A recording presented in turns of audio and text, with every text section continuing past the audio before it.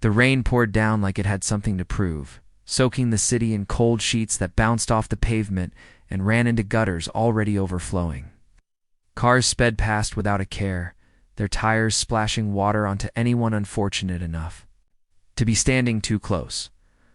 On the corner of 9th and Lexington, beneath a flickering street lamp, a young woman sat on a soaked piece of cardboard.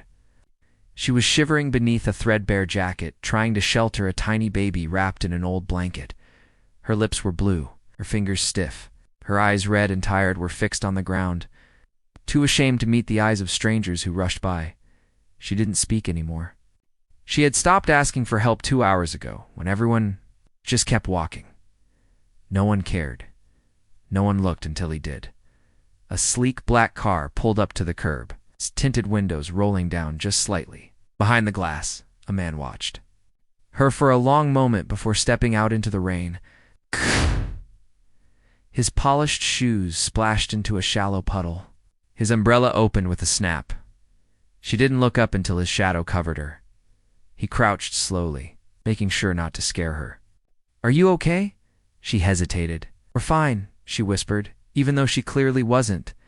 "You shouldn't be out in this," he said gently, glancing at the baby, who was silent but breathing.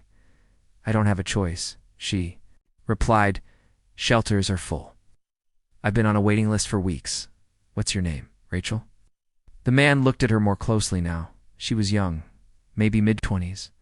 The baby no more than a few weeks old. His jaw tightened. He reached into his coat pocket and pulled out a business card. "My name's Marcus Hale." Her eyes flicked to the name, but didn't register it. She was too exhausted to think. "I'm not here to make you uncomfortable," he said. "I want to help you."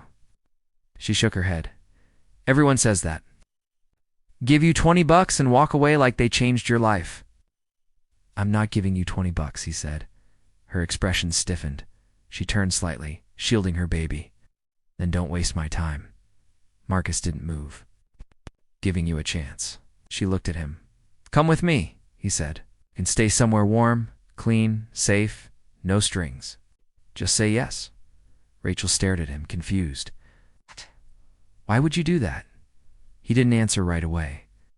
Just stood, still offering her the umbrella. After a long moment of silence, she stood slowly. Her knees wobbled, but she held on to her. Childen took a step toward him. He led her to the car, opened the door, and let her sit first. The driver didn't ask questions. Marcus sat beside her and gave her a quiet look. "There's a guest house on my property. Empty. It has food, heat, and space. You can stay there for as long as you need." She blinked at him. "You're serious?" "Yes." "I don't get it," she said. "You don't even know me." Marcus leaned back. 12 years ago, I was on the street. Not with a baby, but close. Someone helped me. No questions, just kindness. I'm just ... returning the favor." Rachel didn't know what to say, so she said nothing. That night, for the first time in weeks, she slept in a bed. The baby was clean, fed, warm in the morning. There were clothes waiting, food, diapers, a note on the counter. "You're safe. Take your time." She cried harder than she ever had before.